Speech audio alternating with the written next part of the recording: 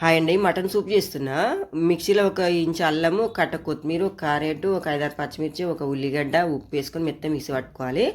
కుక్కర్లో 300 గ్రాములు మటన్ వేసుకొని ఒక 15 విజిల్స్ వచ్చే వరకు ఉడికించుకోవాలి. ఉడికిన తర్వాత 1 లీటర్ నీళ్ళు పోసుకొని తర్వాత కొత్తిమీర పేస్ట్ వేసుకొని బాగా మసలబెట్టాలి.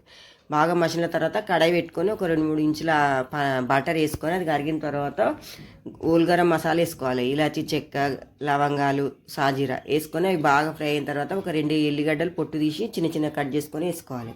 అవి కూడా బాగా ఫ్రై అయినాక ఈ సూపులో వేసుకోవాలి. పోపు వేసిన తర్వాత తగినంత ఉప్పు వేసుకోవాలి. ఉప్పు వేసుకొని ఒక స్పూను పెద్ద స్పూను మిరియాల పొడి వేసుకొని మళ్ళీ మసలు పెట్టుకోవాలి ఒక 5, 6 నిమిషాలు. తర్వాత ఒక స్పూన్ కార్న్ఫ్లోర్ వేసుకొని కొన్ని వాటర్ పోసి సూపులు వేయాలి.